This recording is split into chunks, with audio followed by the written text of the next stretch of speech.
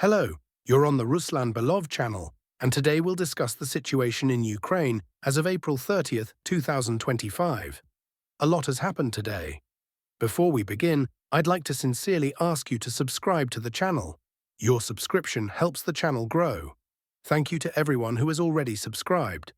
We'll start with the Sumy sector of the front. Today, there have been minor adjustments. According to various sources, the Russian armed forces have managed to slightly straighten the front line between Belovody and the settlement of Lochnia. This information is currently being circulated by several neutral cartographers.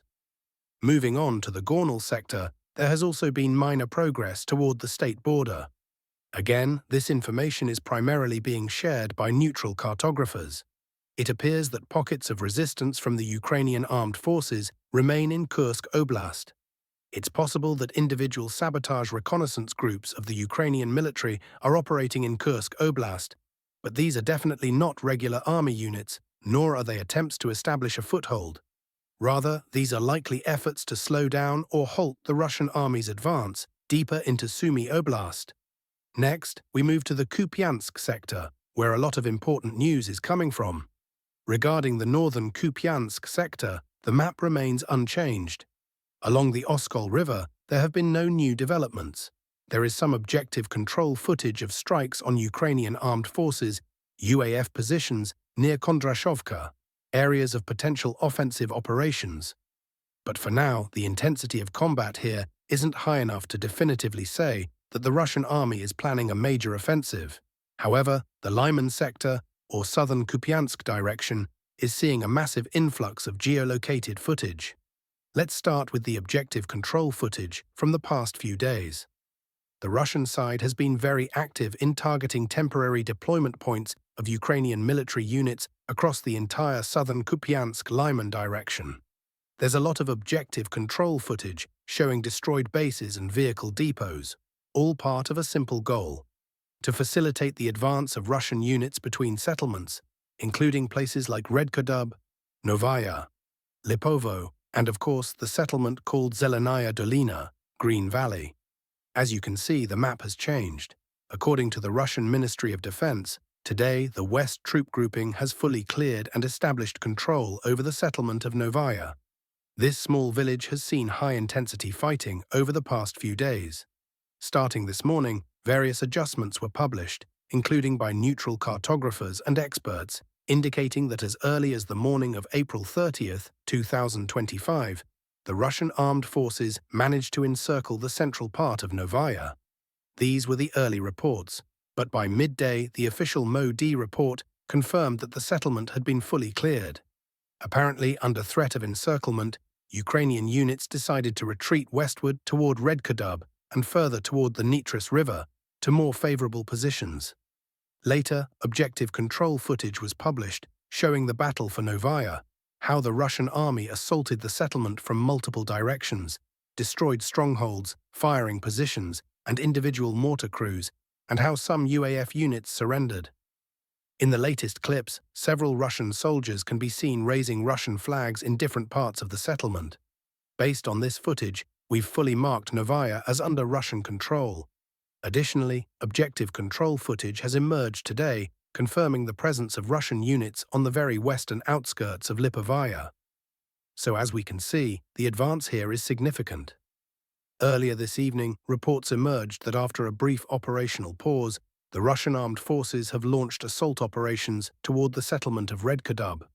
Several pro-Russian experts claim that by the end of April 30, 2025, Russian units managed to secure positions on the eastern outskirts. The intensity of assaults is expected to increase in the coming hours. Overall, we're witnessing the Russian army approaching the final stage of the battle for the Lyman bridgehead. To recap, the current objective is to advance toward the Nitris River via Redkodub, as well as toward Shandry-Holov through Zelenaya Poliana. Along the Nitris, the Russian army will push southward from the north, while from Zelenaya Poliana, the advance will move southwest toward Shandry-Holov. Once control over this bridgehead is secured, the Russian army will likely regroup briefly before advancing further south toward settlements like Derelov, Dobryshev, Stavki, and Kolodyaji. In fact, the route we've just discussed mirrors the one taken earlier, first by Russian forces at the start of the war in 2022, and later by Ukrainian forces during the Second Battle for Lyman in autumn 2022. Essentially, we're seeing a repetition of events from years past, with no major strategic surprises. Seversk sector, rapid Russian advance. Next, we turn to the Seversk sector, where Russian forces are advancing rapidly westward toward the settlement of Seversk. Pro-Russian analysts reported significant progress north of Verkhnokamianske by the end of April 30, 2025, with Russian units clearing approximately this area, marked on the map. A closer look at the map suggests that Ukrainian defenses in the Seversk sector have been fragmented into several isolated pockets. Verkhnokamianske, Hrihorivka, Serebryanka, Seversk proper. If reports of Russian advances north of Verkhnokamianske are confirmed, we can expect an assault on its western outskirts within the next 24 hours. Given the current frontline configuration, Ukrainian forces may soon retreat towards Seversk, as holding Verkhnokamianske is becoming increasingly untenable. Chasiv Yar, the citadel on the brink. Moving to the Kostiantynivka direction, fierce fighting continues for Chasiv Yar. For the fourth or fifth consecutive day, Russian units have reportedly advanced in the central urban sector.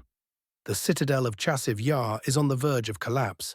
Only a handful of high-rise buildings remain, many already reduced to rubble. Russian forces have solidified control over Stupochki and will likely accelerate their westward push toward Kostiantynivka in the near future. Other frontline updates: Siversk-Donetsk Canal bridgehead. No major changes. Heavy fighting persists in this pocket, but Ukrainian forces are holding their ground for now. Kleban-Beek sector. Minimal adjustments, with pro-Ukrainian cartographers noting slight Russian advances north of Suka-Balka. A few tree lines and strongpoints may have shifted to Russian control. Pokrovsk direction. The Russian army appears to be preparing for a decisive assault on Novopoltavka, located north of the H-32 highway.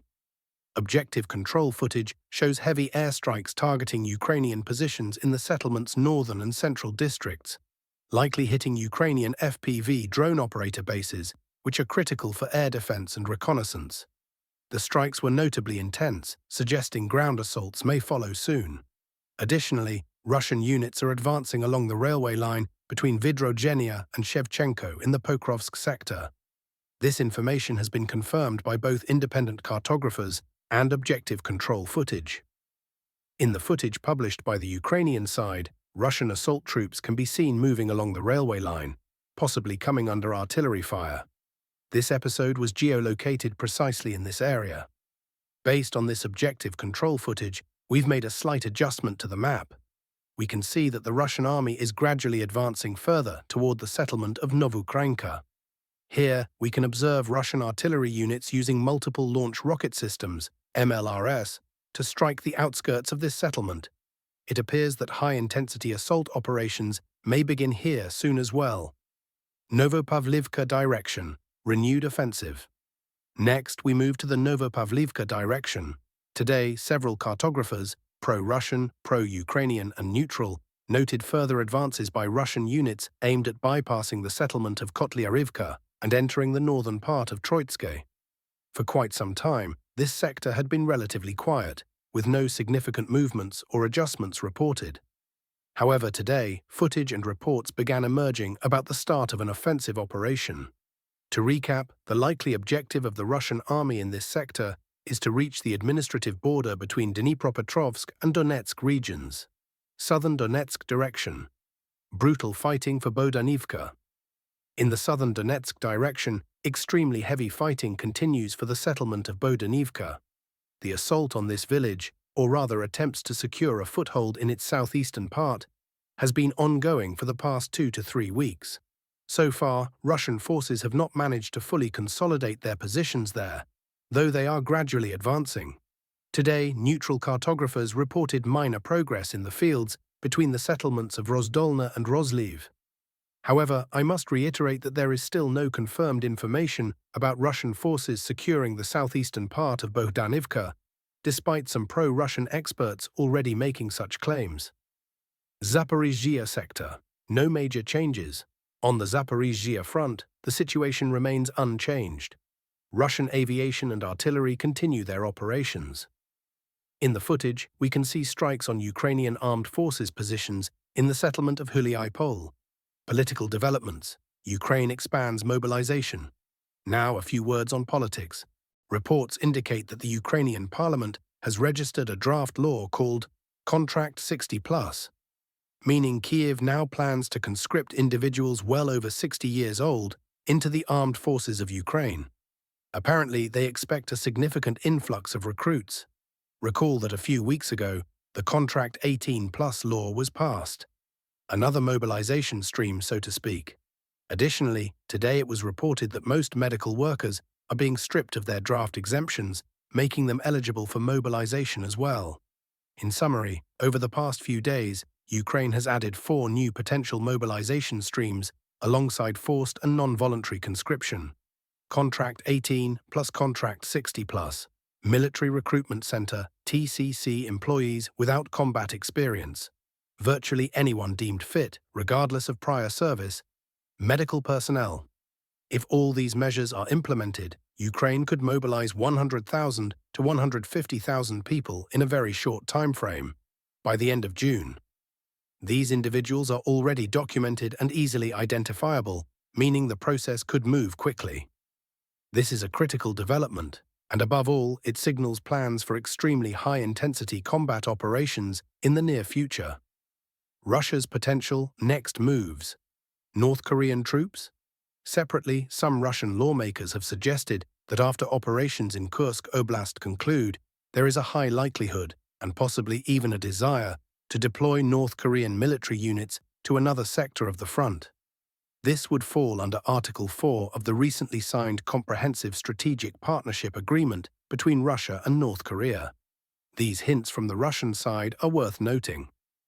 Conclusion. Well, we'll have to wait and see how all this unfolds. For now, the Russian army continues its advance despite these political maneuvers. That's all for today, friends.